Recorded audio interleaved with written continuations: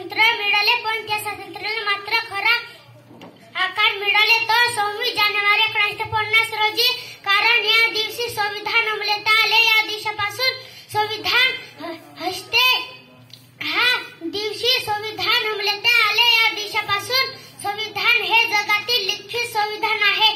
आपल्या देशाचे स्वातंत्र्यासाठी अनेक क्रांतिकारकांनी आपले जीवन आणि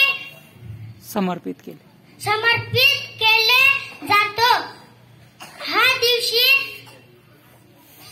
राष्ट्राला पंतप्रधानांचे हस्ते धाडसी कारण प्रजेची सत्ता सुरू झाली. आपल्या देशाचे संविधान